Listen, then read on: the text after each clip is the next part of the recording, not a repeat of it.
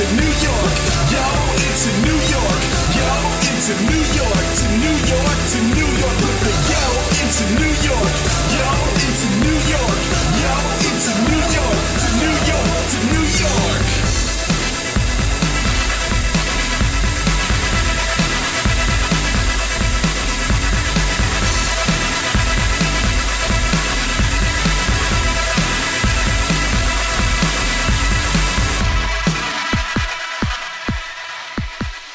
And welcome to Crash Chords Autographs. Having culled through a plethora of nerdcore artists, Matt takes the natural sidestep toward nerd rock by introducing Seattle man Kyle Stevens of Kirby Krackle. Apart from his role as frontman, singer-songwriter, and guitarist for the band, Kyle has tacked on founder of the Charging Hippo Brewing Co to his repertoire. As a band, Kirby Krackle has just released their latest LP, Mutate Baby, which can be found on Bandcamp alongside countless other releases. Also in Bandcamp, you can find the band's podcast, affectionately known as the Kracklekast.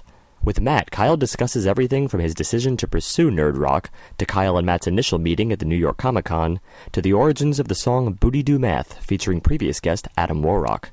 And so, with complimentary digressions on comics, video games, and the Marvel Cinematic Universe, here's presenting Matt Storm and Kyle Stevens. Hey, Kyle. Hey, Matt, how you doing? Good. How are you? Doing great, man. Thank you.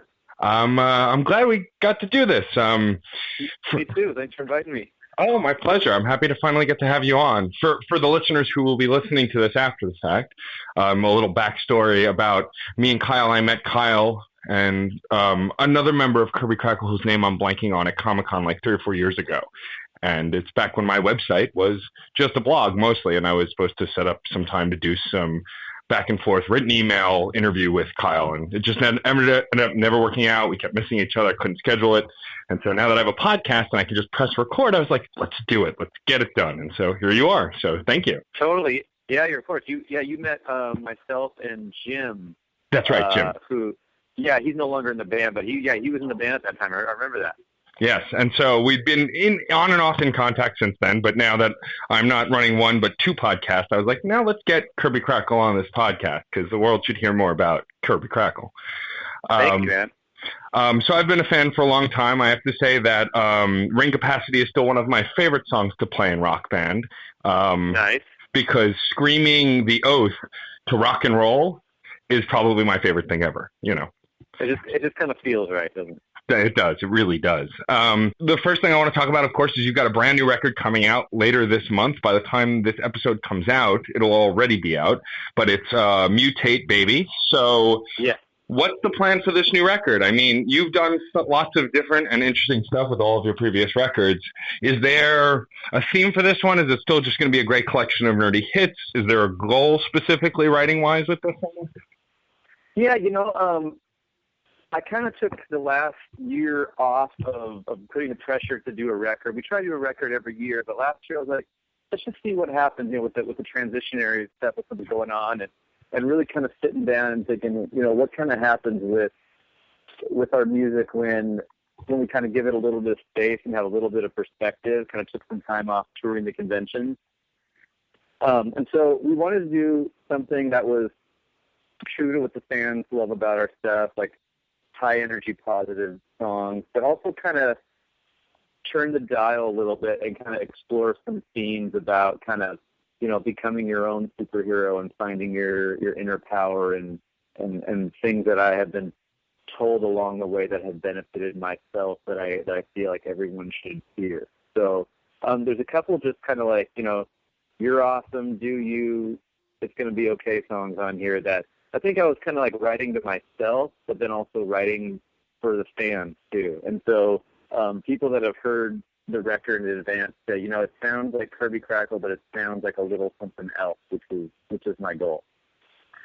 Well, that sounds great, and it's really cool to kind of hear about that kind of evolution, because I love when artists go in that direction. I mean, this actually connects to a question that I had wanted to ask you, because somehow I managed to miss listening to your whole discography, and I don't know how I missed this song, but Booty Do Math, I didn't hear until very recently. And so Adam Warrock is a former guest of the podcast. He was on a little while back, and he's a friend of mine, and I'm a fan of his. How did that connection with Booty Do Math happen with Adam? Well, you know, it's just kind of this kind of theme that we had going around. I think we wrote that song. That was in the Superpowered Love record, so that was back in 2011.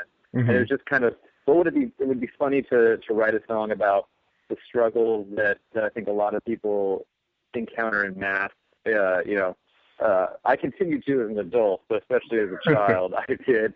And kind of like a Schoolhouse Rocky theme, but kind of to like a early 90s TLC R. Kelly kind of vibe. Yeah. So that was the goal with that, and just kind of do something that was fun and a little quirky and made people just be like, WTF, when they heard it, you know. So that was the goal with that. And Adam, we started to kind of go back and forth with him about 6 months prior to that is kind of when he came on the scene.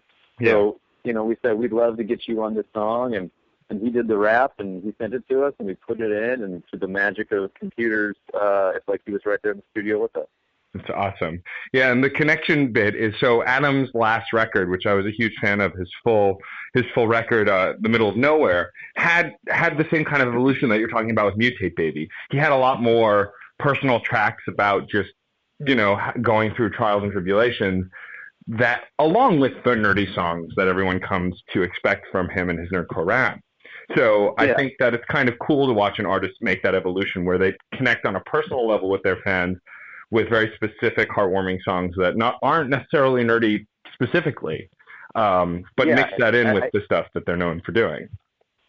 Yeah, because people, I mean, you kind of have, you know, a band or a rap artist or country artist, a folk artist, like, you know, you have an identity, you have a brand of music that people know you for and appreciate. And if you're lucky to get that feedback from your audience, you say, okay, this is what people enjoy what I do. Thankfully, it's what I enjoy what I do, so that's good. It's working for everybody.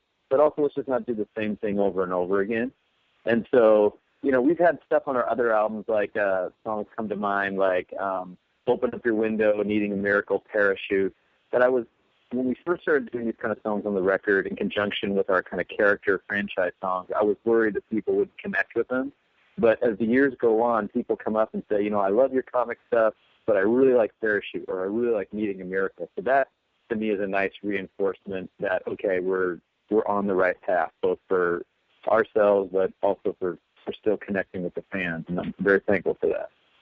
That's great. The next question I have is another song-specific question from your last record, Sounds Like You. The song Grandma's House, even though I'm pretty sure I know the answer, is that your actual grandma on the end of the track?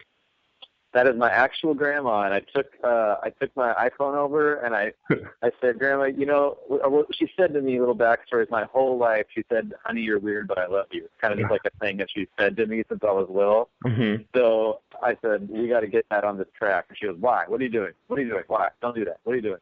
I said, no, just say it. Okay, say it a little faster. Say it a little slower. And then we took the best one that was in tempo, and we put it in the track. And my dream is to get her to come out to a show and say that. I don't know if that's ever going to happen. Sure. But that would be the next level. So I can still hope. Well, that's great. For those who don't know, listening to this episode, if you came across it just because you're a fan of Crash Chords, Kirby Krackle is a nerd rock band from Seattle. How did you guys get your start, or you specifically, Kyle, since I'm on the phone with you, where did you get your start with music? Were you always into rock and roll? Did you always have this desire to do this kind of nerdy music? Did you start with something else? Well, I was, the first cassette I ever got of my own were Motley Crue, Girls, Girls, Girls, nice. And Michael Jackson, Bad, which I guess, like, looking back, I think those two combinations have pretty much ran through to my musical identity today, which is just crazy stuff and then grooves. And so I really got into, when I was 13, was kind of the heyday of kind of grunge and Pearl Jam, Nirvana, and all those bands coming out. So I got my first guitar from my uncle, who was kind of a prominent R&B musician in Seattle in the 70s in a band called Gabriel. Mm-hmm. And so he and I would just sit around at family gatherings after dinner was done, and he and I'd go in the back room. He'd show me how to play Blackbird by the Beatles or whatever Green Day song I was into at the time. And so it was kind of the first thing that I felt like I was kind of good at. Like, okay, I enjoy this, and I kind of had a little knack for picking up stuff a little quicker than I did other things I had tried, like sports or, video games, stuff like that. And so it was kind of a magical time in my life where my best friends, they wanted to play instruments too. So one person picked drums, one person picked bass, one person picked another guitar. And we just kind of got together in a garage and slowly figured out how to do cool stuff. And so it was just kind of this gelling of dudes in puberty playing rock and roll. Nice. So it was just kind of this kind of special time that we all kind of had together, and that's kind of how I got into stuff. Very cool. And so the idea to create Kirby Krackle, a very distinctly nerd rock band, is that something that obviously I'm going to take a stab in the dark and assume all of this is authentic and you are actually a nerd yourself. But where did the idea to steer in that direction come from? Is it just the material that was easiest for you to write? Well, I had a dream of becoming a comic artist for a long time before I learned how to play guitar, and I realized I wasn't getting better at drawing at the rate that I wanted to. And so I said, okay, let's try to play some guitar. And so I kind of abandoned the dream of being a comic artist and was like, okay, I'm going to play rock and roll and write songs. But this whole time I was still reading comics and playing games and everything. And then I just, in 2007, I thought, why doesn't anyone do this? Why doesn't anyone write songs about comic book characters? And I kind of shelved the idea. And then with my friends, remembered the idea a couple of years later in 2009. And we thought, okay, let's put together, songs about our favorite comics, video games. The first song we ever wrote was Back to the Beginning, which is about Mario Kart. And so I remember when that song was finished, we all kind of looked at each other and went, whoa, like, is this as cool as we think what this is? Because we feel like this is pretty cool. Like, will other people think this is cool? I don't know, because it wasn't about a joke. It was about the interpersonal relationships of the characters and kind of like our version of what we would do if we were able to write actual comics. Yeah. So it was very exciting. And then, we did the first self-titled record on the cheap in the home studio and, didn't invest that much money into it because we didn't really know what was going to go. And then in the first 6 months of Kirby Krackle, I experienced much more fan participation, and feedback in a positive way than I had in anything else I had done the 15 years earlier. Wow. So for me, it was like, all right, this is what I'm supposed to be doing. And then, the past 6 years have just kind of gone by really quick. We've been lucky to have, great opportunities and very thankful to meet wonderful people along the journey we're on. And hopefully the new record will take things a little bit further. That's great. Yeah. There's a sincerity in your songwriting, I think, too, that really connects, like, between songs like Parachute or even the song One More Episode, which I have deemed the unofficial anthem of me and my fiance, because whenever we watch TV, it's like, well, we should go to bed. We both have work in the morning. Oh, just one more, And so it happened to us most recently with Agent Carter. We were watching it and we were a few episodes behind, and it's like, we should just watch one and go to bed. But we have one more. Let's just watch one more. So why not just make tomorrow miserable? Exactly. Because we're in today now. Yes. And so that's what I like is like that song. After hearing One More Episode, I'm like, this is exactly us. But it's anybody who's gotten addicted to that Netflix streaming kind of lifestyle. And so it's very relatable. And I think it's honest and relatable. And that's what makes people connect to that kind of stuff. Thanks, man. I hope so. I mean, I'm a big fan of what people like Bruce Springsteen have been able to do. Like, when he was writing about the dying towns in Detroit and the Midwest and people that were going through troubles, and he was singing about them. Like that's something that I always felt was really powerful. And so that's what I try to do with Kirby Krackle. I try to sing songs about stuff that I'm into first and foremost. I mean, there's tons of nerds. You can make it a job catching up on nerd and geek culture, as you know. You can spend a whole day just being at Twitter and never be on top of everything. Yeah. So as much as I like to write about everything, I can't, but I just choose the things that I feel like I have a personal connection to, and like, okay, I can't be the only one that feels like this about X subject. Yeah. And so stuff like One More Episode or Cozy Pants O'Clock or stuff like that, I feel like, okay, there has to be someone else that feels like that. And so if I follow my instinct, it usually leads me to a good place. So I'm glad you enjoy that song. Cool. So with the new record coming out this month, are you looking to go on tour after that record is released? Yeah, we'll be doing I'm looking to do an acoustic tour in the spring, then hopefully a full band tour sometime in the summer and the fall. It's a little hard to take the full band, but I definitely want to get out there more and start playing markets that we haven't done, like the Midwest and the South. We've done a lot of East Coast, West Coast stuff, but never really cut across the country. And then I also continue to do appearances at comic shops will bring me out, or Comic Cons will bring me out as a guest, and do kind of one-off things in places like Edmonton, like I did a couple weekends ago. We're looking to do more videos this time around. We didn't do that many videos, it sounds like you, but I actually just got back from doing a shoot today and just really trying to run with some fun ideas, and we've got a fantastic director that's working with us, and just really trying to kind of push harder on this record than I've done with the last one, and I think I believe in this one in a way that, and I believe in all my records, but this one I feel very personally attached to, so I'm excited to see what people think. That's awesome, yeah. Well, if you make it out to the East Coast again, and if you haven't heard of the Way Station, which is a Doctor Who bar that a friend of mine owns, okay. Cool. You should definitely do an acoustic set there. They would love it, or full band set, but they're located in Prospect Heights in Brooklyn, and their bathroom is a TARDIS. So, whoa.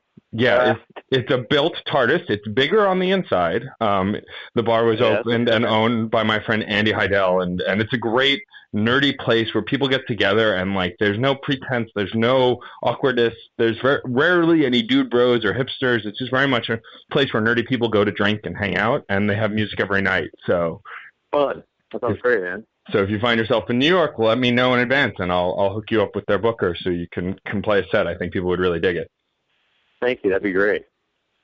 My next question is, which I like to ask, I've interviewed a few nerdcore rappers as well, and so whenever talking about nerdy or topical or very specific subject matter, I like to ask if there's a song that you've kind of come up with a concept for, like for a fandom that you really wanted to write, but just you couldn't make it work for whatever reason. Does that come up? Does that happen? Yeah, it does, and it kind of goes back a little bit to what I was saying. Is people always say, "Oh, you should write a song about this. You should write a song about that," and they're right. I should, but if I don't have something unique to say about it, I feel like a poser trying to do it. And I always say, like, would I be able to sniff me out? Like if I heard someone say this, would this sound authentic? And the answer is usually, no, and I move on. If I have doubt, my doubts pretty much tell me, like, okay, you don't know. I would love to do. People are like, you should do a Fox song with Leonard Nimoy tapping, and I'm like, I would love to. I just don't know if I have anything important to say that hasn't been said already, and maybe I think that's maybe someone else's song to write, that kind of thing. There's a lot of DC characters that I'd like to write about. That I kind of have bits and pieces that are evolving over the years, but until it's right, I've said in other interviews for years that I feel like crackleheads, as we call our fans, and they let us call them, thankfully. We kind of have this loyalty back and forth, where we don't bullshit them, they don't bullshit us, and so it's always kind of like a peace between nations, kind of like The Village, if you've seen that movie. So and I take that very seriously, and so I would rather not put something out for a year than put out stuff that I don't feel 100% behind, because I feel like the fans will be able to tell at this point. So that's why I'm so excited to put out Mutate, Baby, because I feel 110% behind it, and people seem to be excited.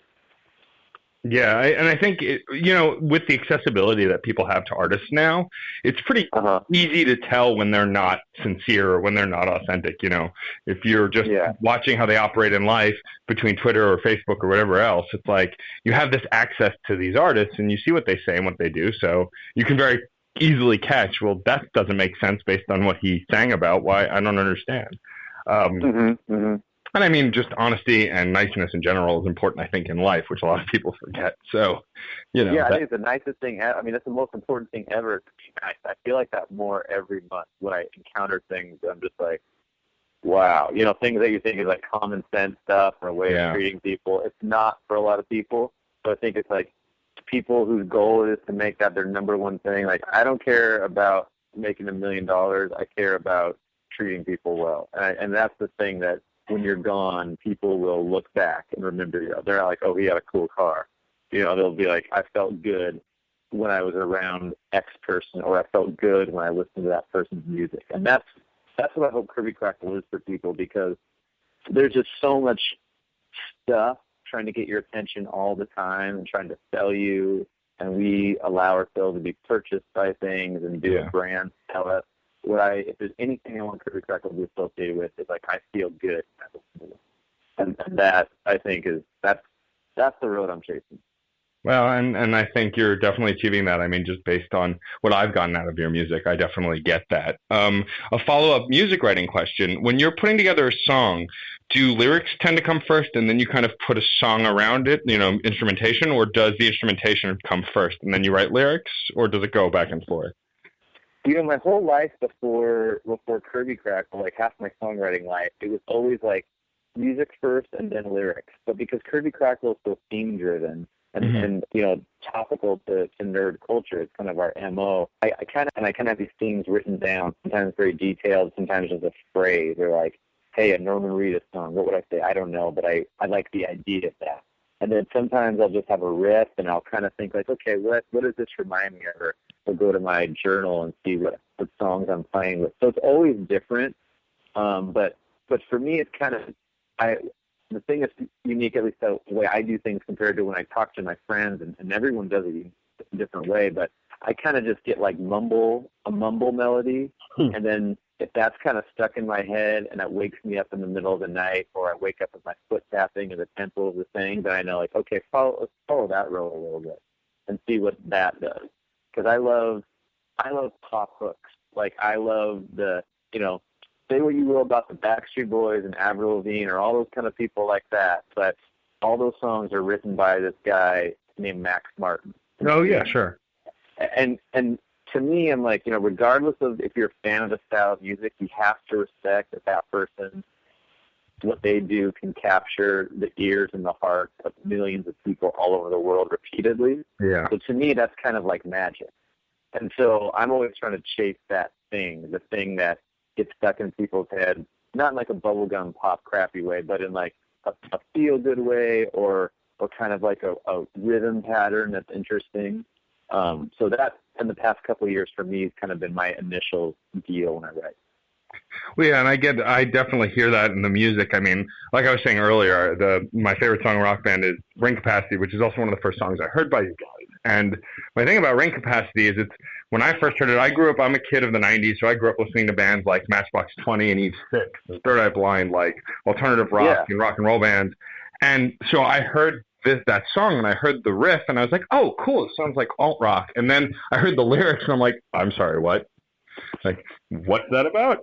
I'm sorry. Yeah. And then I was instantly hooked because it was catchy first, and then I got the theme almost immediately and was like, well, okay, I'm in now. Green Lantern, my favorite hero, and it's my favorite genre of music. Let's go along for the ride. And well, that's what we want, man. It's like, you know, and also we want people to not just like our stuff because it's nerdy. We want people to like it because they feel like the songs are good. And it's like that's my number one goal. And I think that's where some groups maybe before us didn't really get the engine going, is that, you know, yelling Spider-Man, Spider-Man, at least to me, does not a nerd rock song make. That kind of becomes like a joke or a shtick, you know? It's like, that's why we want to talk about, you know, the relationship between Peter and Uncle Ben and Aunt May, and then what's it like to be a badass, but also no one knows you are. Like, that kind of stuff to me is infinitely more interesting. But if the song doesn't capture you musically, or the melody isn't interesting, I don't care. Yeah, sure. Well, and I don't expect people to either. Yeah, and I find, like, I saw that I've made friends with a lot of musicians in the nerd scene, whether it's nerdcore or comedy music or your nerd rock, and I have a lot of friends who are in comedy bands, and the good ones who do it right are, if you have a punchline, the music has to be good to get you there, and the whole song has to, you know, either be about it or build to it. If you just kind of have a one-line joke and you're just like repeating it over and over again, it doesn't really make a connection. But like a song like Grandma's House is funny because, I mean, you're singing about very matter-of-fact stuff about partying at your grandma's house, but it's in this kind of R&B hip-hop kind of party song kind of framework. And that's the joke, but it's also a well-made song to go with it. You can't just have a punchline. You have to have a good song to get you there.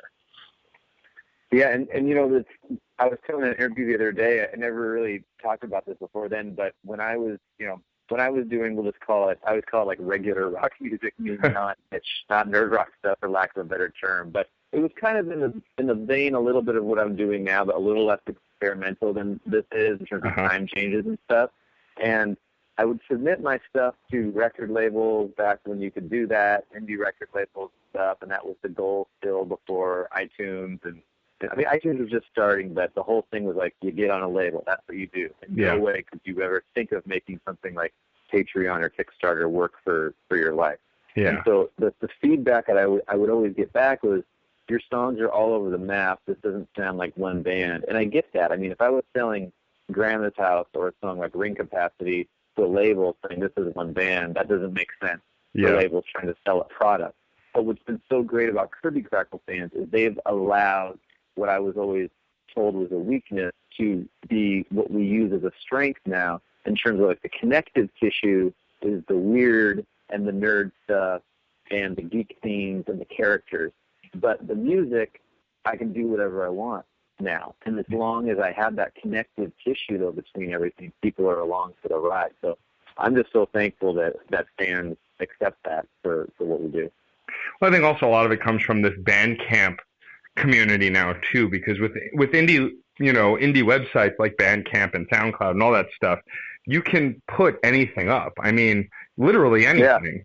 Yeah. And so you can't be stopped from putting it up. So then when they go and check it out and see it's out there, they go, oh, this is the same band that did this, and you can just jump from record to record. I mean, even with like Spotify, like my biggest time sink as a music fan is I will click on an Adam Warrock song, and then I see he sang with MC Frontalot, and then you can click on MC Frontalot's name in Spotify, and it takes you to all of MC Frontalot's stuff, and then from there he sang with some other guy, and it's just you go through this wormhole of artist to artist to artist, and you can discover all of their stuff. And you couldn't do that before, Yeah, it's great. It's really fun. I mean, as an artist, I love that I have the accessibility to getting my stuff up there. I mean, the other day, I don't know if you remember when the llamas went wild. Yeah, and I saw you put up a song. Yeah, and it was an experiment because I feel like I'm usually late to the game with that, and I'm like, okay, what happens if you do it 3 hours afterwards? Which I knew was a little early, but I'm like, let's just see, and it's like not a long song. It's more just like a short little commentary. I didn't market it as like, hey, this is our badass new song. It was more just like a little wink. But I was like, it's amazing that you can do that and then get that information out to your fans. The bad thing about it is that there's so much noise now that people have to cut through to find exactly what they're looking for. So it's the balance of the universe. Like that's how it exists in independent music. But it's really fascinating. I mean, if you told us 10 years ago it was going to be like this, it would just be a dream. Well, yeah. Well, and I have the other podcast that I do with two other co-hosts is an album review show that we do weekly. And I've said several times when we've talked about pop music on it, because we do an album review on a topic, and many a time we've brought up pop music as a whole. And I always say, with the internet culture and YouTube now, music has never been better ever in our lifetime, but it's also never been worse at the same time. Because I think you're exactly right. Because anything can get out there. I mean, I'm grateful for it because I now have 2 podcasts and a fairly successful blog because you can put anything out there and people can find it, and they can find it from anywhere. But, it also, there's terrible stuff that makes it online and you hear it and go, oh, because there's no one to stop them and say, well, this is terrible, don't put it up, It's kind of... Yeah. And Sean, I'm sorry, go ahead. No, I was just going to say, and so it's, but then you're just more, you need to self-police yourself more, I think, which is what it comes down to. You know what you like, so you have to look for that. Yeah, and kind of to know, I mean, someone told me one time, they go, your music or your website or anything you do, putting it out there to the world is the clothes that you walk into a room with. Yeah. So it's like, I've looked at, and so you look at bands like, Pearl Jam or Green Day or, like you said, Matchbox 20 or well-crafted pop groups. It's like they have a definite thing they're trying to do, and everything comes back to that core value. Like, Yeah. you know, like I can write a Grandma's House song, but everything comes back to, you know, songs about what it's like to be a nerd and whatever year we're in and what's kind of going on around that time reference-wise. So it's, like you said, it's self-policing, which some people do better than others, and I'm definitely still learning about that all the time. I think I will be all the time, and, you know, hopefully always trying to evolve with that. To shift gears a bit now, I wanted to first ask you, as I do often nerdy guests, which we have quite a few, as I am a nerd myself, what is the nerdiest new thing that you're into, be it comic books, video games, music? Is there a thing that you're really, really into right now? I'm really into trying to find new games and play just like weird little PS4 arcade games and stuff like that. Like just like no name indie music games, basically, I would say, and try those. And the names are escaping me right now, but some of them are great, some of them are not so good. The thing that I've really been into lately is drones, those little drones that you can get off Amazon. Mm-hmm. And I don't know, have you ever played with a drone or anything like that? I haven't. I've heard about them, but I haven't played with them. Yeah, I guess you could say those are nerdy, but I think they're about to go mainstream pretty soon here. As my theory is the government's letting us have all the drones we want, so when they introduce the drones, they're like, hey, it's no big deal, everyone's got it. That's for a conspiracy podcast. So we'll leave that there. But it's so funny with these drones because you can just shoot them up like 800 feet until they're gone. Like, you can go out to a football field, and you just shoot it up, and it's just up in the blue. And then eventually it'll just come down. And that's been really fun. Like, my little brother and I have been, like, chasing each other. There's a little camera in the front. And nothing like those big, crazy, expensive ones. But sure, you can get a $40 one and break it and not feel bad about it. Sure. Yeah. Well, who would you say, I mean, we were talking about it a little bit before, you were comparing your stuff to Bruce Springsteen and the fact that you're trying to do stuff for, like, the every nerd. But who would you say is one of your biggest influence, either as a songwriter or as a musician? Do you have a pinpointed influence that stands up above the rest? Yeah, you know, I think it's just kind of what was going on in the Seattle scene in my formative years. You know, when I know it's not cool, at least if you're from Seattle, it's not cool to be like, oh, that time was so awesome. But, you know, I was 13 when that happened. And for me, that was like my rock god. It was not like I was 21 and one of those guys' friends being like, geez, won't the world leave us alone? Like, you know, to me, I literally thought when I left North Seattle and I went downtown, I was going to see Eddie Vedder playing basketball with Kurt Cobain or something. Like, that was, I really believed that was happening, and I would look like, I'm going to see this. I just need to keep my eyes open. So for me, it's, you know, I think it's formed, you know, with the songwriting of Stone Gossard from Pearl Jam. I know a big part of my DNA is that. The lyrical melodies of people like Chris Cornell or Matthew Sweet, stuff that is pretty but not sugary, stuff that has a little bit of a melancholy and a little bit of bend in terms of the inflection and a little bit of soul. You know, like I kind of think somewhere my median is alternative rock and roll with a little bit of R&B and some Weird Al in there somewhere. Sure. But yeah, it's like, you know, like everyone says, did you grow up listening to Weird Al? Like, I did, but not as much as I feel like everyone else did. I was just I just thought weird stuff was kind of funny, and because of what we do, people really compare us to Weird Al, which is great. I mean, there's way worse people to be compared to. I love Weird Al. So it's anything that kind of makes, anything that's a 4/4 beat and a big bar chord, I was into when I was in my kind of musical formative years. Would you say that that all of that is pretty much what eventually led? I mean, it sounds like that's all what eventually led you to Kirby Krackle.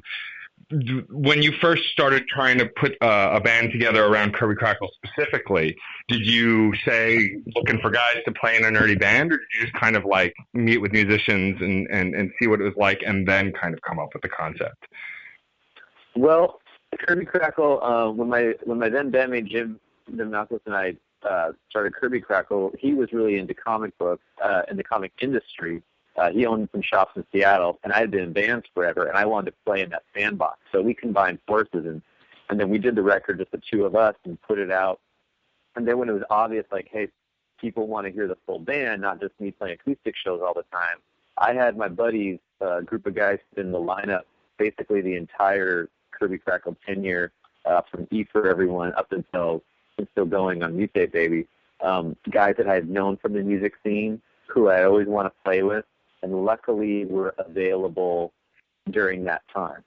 And so, though they aren't as big, and I mean, they're into comics and video games and stuff, but I wouldn't say they would feel like a quote unquote like comic nerd. Mm-hmm. But you know, as we're learning in the past couple of years, and even more so in the next couple, like geek culture just becoming pop culture. Yeah. So it's like, hey, are you into Avengers? Yeah. Does that mean you like comics? Maybe not, but you love Captain America. I mean, the lines are blurred everywhere. Sure. And so I said, hey guys, this is what this is. Does that sound fun to you? And they're like, hell yeah, let's do that. And you know, all the time we talk about the opportunities that they have been able to have that they would have never had if they didn't do this nerd rock crazy thing that I sold to them. So yeah, they are great, and they are a big inspiration to me in my songwriting, knowing that if I write something, I know they can pull it off. I turn to my guitar player Patrick and say, hey man, I need like a kick-ass solo here. I know he can do it.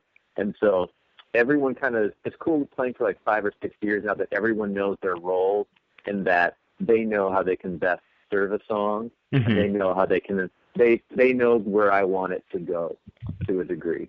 And they know how to read between the lines. Excellent. The next thing I want to talk about is something a little off topic from music, but as I recall, you have a brewery of some kind. Is that correct? Yeah. So why don't you tell the listeners a little bit about it? Because I know about it because you post about it on Facebook, but I'd like for you to share with the audience who will be listening what that is and what you're doing with it. Totally. It's called Charging Hippo Brewing Company, and it was the idea started about 2011 when I had really been getting into the craft beer scene and checking out breweries in the Seattle area, and learned how to home brew. And just like any home brewer, you know, after their first beer, they're like, I can start a brewery, you know. it's the big fantasy dream starts. And so basically just kind of going around in different cities, whatever city we would have a convention in or have a show on tour. For the past 6 years, I would go visit the breweries in that area and talk to the local brewers and just learn as much as I can from everyone who has been doing it professionally. And the business model that we found worked best for us, while still being able to do Kirby Krackle, is brew very small batches in Seattle and get our stuff out to the Seattle bar. So Krackle heads all over for the past year. Our beer has been available commercially for the past year. They go, where can I get it? Where can I get it? Unfortunately, only in Seattle at this moment. But you know, if you've been paying attention to anything in the craft beer scene, there's like a new brewery every day, and new avenues to get stuff out there, and more support across the board for craft beer. So, not quote unquote Kirby Krackle beer is how we market it, but we definitely tie in fun stuff like the 2814 IPA, and kind of put little winks to our fans in there as well. That's awesome, and it's that's what I love about kind of modern, and I mean they're jacks of all trades all over time, but like I feel like now more than ever, people don't just do one thing. Like if you're only doing one thing, you're not doing enough anymore in society. You know, like you've got to have a million jobs. Like I mean, I run a website and 2 podcasts, but that's not even my day job. My day job is an office job. You know, and I still feel like I have not enough time, or too much time rather, and I should be doing more stuff, you know? Yeah, it's the trappings of modern living, the gift and the curse, I always say. It's like, you know, when I have 3 hours of free time, what do? I usually fill it with, okay, what can I do for Kirby Krackle? What can I do to get Charging Hippo moving forward more? But I've been trying to, at least just me, trying to give myself more refreshing time, because I find when I do that, then I can actually be more inspired for doing work. And it's kind of a habit I think people like yourself and myself and other entrepreneurs develop, which is there's not enough hours in the day, but also people like us, there's never going to be enough hours in the day. Right, because you'll fill it with something. Yeah, you'll fill it with something. And so you're right. I think it's good to have multiple irons in the fire. You know, my dad is kind of the same way, and we always say, like, we keep each other, like, you know, what are you throwing to stick at the wall this week? You know, that kind of thing. and some stuff fails very silently, and other stuff that should be a huge success doesn't land as big, but we keep throwing stuff, right? So I think it's part of just doing life. When you're performing live, either acoustically or with the full band, are there certain songs that you just really enjoy performing over others? I mean, I know it's hard to ask a father who their favorite children are, but are there specific songs that you really get a kick out of performing live over others? You know, there are. I think it's the one that I feel the crowds enjoy the most. Like from the beginning, when we do our song "Roll Over" and the chorus, people go "Hey," and I go "Roll Over," and they go "Hey." Like the first time that happened, that blew my mind because I never had that. Yeah. You know, and so I feel like stuff like that. I always say I'm very thankful that I feel like for a smaller band, we get to experience things because of our fan base and the culture that we perform for that are usually reserved only for much bigger bands. I'm talking in terms of like fan relationships or the way people interact at concerts. And so stuff that's like a lot of crowd sing-along stuff I really enjoy, which is why purposefully on this new record I put that in there. Like yeah. I put very distinct, this is when the crowd sings stuff, and you can hear gang vocals that we did because I want more of that. And I think fans want, from what people tell me, like, we love when you do that. So this was like, okay, what can we do to create an album that is so fun to play live? It's so hard to pick what songs off this record are we going to play. So that's what we tried to do with it. Right. Well, and I think that definitely comes across, even in your older stuff, where you may not have intentionally put that in. I mean, you get a sense of these moments where, oh, we can all sing here, like we can all get involved. Speaking to your fans, I thought it was very fascinating when I was reading about the Geekiest Hits Volume 1, which it sounds like you kind of pooled information together based on your fans and what they really like to put this album together. I mean, obviously it's some of the biggest songs that are the most popular off your previous records, but how did the idea to come together to do a Geekiest Hits Volume 1? Well, we kind of, we had done 4 records and 1 live record and a couple EPs. And so when we would do Comic Cons, people would come up to our table and they're like, where do we start? You know what? And well, these songs are really popular off this record, and these 4 are off this one. So what I wanted to do is okay, it was kind of the 5-year anniversary of the band, and what can we do to kind of put a little timestamp on that first 5 years, And these are not all songs that have sold 1 million copies or anything. These are songs that my mom really likes. No, these are songs that like fans really like, and songs that mean a lot to me. There's a couple on there that I know aren't like the biggest Kirby Krackle songs ever, but for me, I felt like these were the ones that I, Needing a Miracle or Parachute, ones that I feel like are important to the catalog. Mm-hmm. So if someone, if Kirby Krackle ended today, what are the 20 songs that I would want people to know us by? And so, besides a couple of them, most of those lined up with what fans would think overall as well. So It's kind of like a little stamp in a way that people get caught up, and, it's digital only, so we didn't really reprint that because you can get all the stuff on physical disc. But it was fun to do, and then kind of okay, then look forward to writing and recording Mutate Baby, which took most of 2014. And so is that record done? Are all the songs finished? On Mutate Baby? Yes. Yep. I got a box of CDs in my garage, and we're starting to ship them out next week. Very cool. That's awesome. Yeah, it comes out on the 17th. Excellent. And so, and it's funny, honestly, when I first when I saw the title Mutate Baby, I thought maybe there was a nod to U2 and Octung Baby, which is one of their album names. Is that an intention? Was that something you were thinking about when you named it, or it just kind of worked out that way? It just kind of worked out that way. I mean, I was aware, like anytime you name a record or something, you Google stuff, and it used to be you flip through Rolling Stone or ask all your friends and say, hey, have you ever heard a record called this? That kind of thing. Sure. But I wanted to do something that was in line with what we do. We sing about superheroes and video games and comic books, but also, kind of evolving this year and what is it like to try to become the best version of yourself or a band based on everything you've learned in the past 5 years. And it's almost like it's meant to be a celebration, it's meant to be like, mutate, baby, just kind of like, do your thing. That's how it's meant to be said, at least when I hope people read it like that. Sure. The exclamation point and everything capital. So I thought it was fun, and I hope that people think it was fun, and people seem to get a kick out of it. So it's kind of a call to arms we're trying to do here. Awesome. Well, I mean, just based on the one song that you've released so far, I think it sounds great, and I'm excited to hear the rest of it. Before we start to wrap up, I have a very difficult question to ask you. First, since you're a comic book fan, do you have a preference? Do you have a favorite between DC and Marvel? Do you prefer one over the other, or do you just enjoy both? There are parts of DC I like, but I have to say, like, overall, I'm a Marvel dude. And then, since we're talking about Marvel, do you have a favorite Marvel hero of all time, either from your childhood or now? Yeah, my favorite is Colossus, and most of that is just based on character design and the way he's always been drawn from the Jim Lee days on.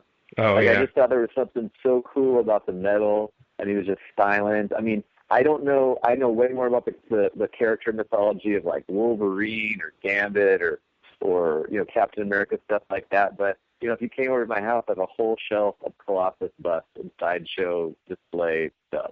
And so it's just kind of like a visual that I've always been really inspired by, and kind of like the protector, but also very sensitive on the inside. And I just thought he was very interesting as a character visually and behind the scenes.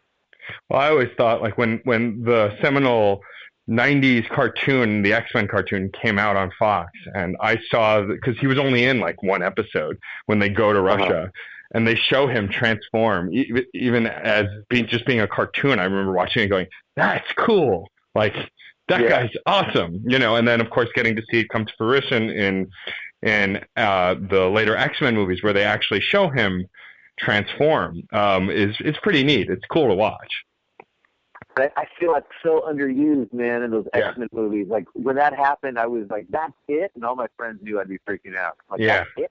Like, I understand we're not going to get any, like, red and yellow tunics. Like, that's fine. Like, that's not what they were going for. But I don't know. What the weirdest thing about the new Deadpool movie is I guess Colossus is supposed to be a big character in it. And I don't get how that goes, but... Yeah, that doesn't seem to make much sense. I mean, there's still hope for Fox to wake up because, I mean, Sony signed a deal with Marvel, and now we get Spider-Man and Civil War, which I'm excited about. So I'm so excited for that. Well, the thing about that is, like, I'm a true to comic book form nerd to a point. Like, it doesn't have to be identical, but there's certain things that you need for certain things to work, and it would have been impossible for the Civil War story to work without Spider-Man. He's such an important part of that story change. When he goes to Tony's side, spoiler alert, when he goes to Tony's side and reveals his identity, it was like he bowled over the Marvel Universe. So they need that for the movies, and I'm so glad they're going to have it. The only thing I'm upset about is we're going to get another stupid origin movie because they're recasting him again. And we know how he becomes Spider-Man. You don't have to tell us. There's not a person going to the movies who by now, with 2 origin stories in the theaters plus all the comic books, doesn't know how he got his powers. I know, man. Maybe they'll surprise us. I don't know. They got to sell tickets, but also they got to not spend all the rest of stuff. Yeah, well, no, that's true. I mean, overall, though, I've been very happy with the newer Marvel movies. Once they got their own studio, I mean, there hasn't been one that I didn't like. Some were better than others, but they've all been great and super interconnected, and I enjoy them a lot. Yeah, and that's nothing. As far as I know, nothing like this in movies has been done before that's been going on this long and have gone, like in terms of like all the single movies and the origin movies and linking them together. I mean, DC, God bless them, they want their Avengers so bad. Yeah. That they're cramming everyone into Batman, Superman, from all accounts. But I hope it's good. I like the new Aquaman look. Yeah. I feel like that badass Pacific Islander and incorporating, Jason Momoa's tattoos and the design. I think that's really cool, and so let's hope that's just as good. Yeah. I mean, Superman got it in its own way with the new movie. Henry Cavill wasn't that bad, but the writing was. So it's like, yeah, I agree. I want it to be good too, because like I was crushed. So my favorite DC hero is the Green Lantern, Hal Jordan specifically, and I wanted to like the Ryan Reynolds movie so much, but it was just so poorly put together. I was so disappointed, you know? Mm-hmm. And so, like, I really want DC to do great things because I want those great movies. They're killing it on TV, but they're not connecting that universe. So it's like, why even bother, you know? Yeah, that's the genius about what Marvel's doing. It's all connected. It's, you know, when people come and guest star in Agents of S.H.I.E.L.D., or, you know, it's great. Yeah, no, I'm enjoying it too, and like that, getting that moment, like you were talking about before, how they've never really done this in movies. That moment when you're sitting in the theater for the first Avengers movie, the first time you're seeing it, and you get to see these heroes connect and interact when they hadn't at all before, or very barely. It just, there's something about that feeling, as a nerd especially, as someone who has such a heart for that kind of cool team-up stuff. Getting that cool team-up movie that made sense and worked was kind of incredible. It's like in the old comics when you would see, you know, on an interview the other day, we're talking about like the Marvel swimsuit edition. Yeah. And you'd see like, you know, Colossus sitting by the pool and then Psylocke and Wolverine playing volleyball. I mean, that's the thing that Marvel did that DC never did, at least for me. Is it's like, well, these are like real people. Yeah. You know, and these are people that you like hang out and have a beer, and then also like chase each other around in the sand and like have a softball game. It's kind of like when the Fallon Show and Daily Show get together and play softball. Like that's like a real life version of that to me. No, yeah, it's definitely, I agree. Like we're at a renaissance for comic book movies, and I haven't gotten sick of them yet. There are certain kinds I've gotten sick of, but the Marvel kind of still hasn't struck out yet. So yeah, I keep hoping that they won't. I'm leery about Ant-Man because my favorite director is not a part of it anymore. I really like Edgar Wright. But, you know, we'll see. I'm at a point now where they've won me over every time, so I'll go see them until I absolutely hate one of them, which I don't think will happen. Yeah, they're down 1,000 so far, I think. Yeah. Well, Kyle, I want to thank you for taking the time to chat with me. I'm glad that we finally got to connect and I can have you on the site. It's been a pleasure talking to you. Is there anything besides obviously Mutate Baby that you want to promote coming up for all of the folks listening out there with Kirby Krackle? Yeah, I appreciate it. So we've got the Mutate Baby CD release show, record release show is also Kracklekast 5 this year at the Hard Rock Cafe at Milk City Comic Con. You can find tickets online at kirbykracklemusic.com.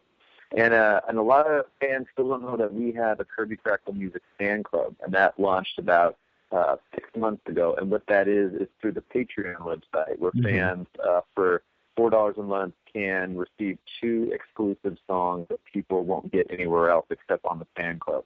So we've been having a lot of fun with that, and you also get, you know, our How to Play KK series instructional videos, how to play the songs, performance videos, stupid drawings that you guys can make fun of us for because we don't know how to draw, ringtones, stuff like that. And so we've been having a lot of fun. It's been a place where like hardcore Kirby Krackle fans can connect, and we can go back and forth about whatever we're going to do in a kind of a more intimate setting. So if people are interested, kirbykracklemusic.com. We're on Twitter, Facebook, YouTube.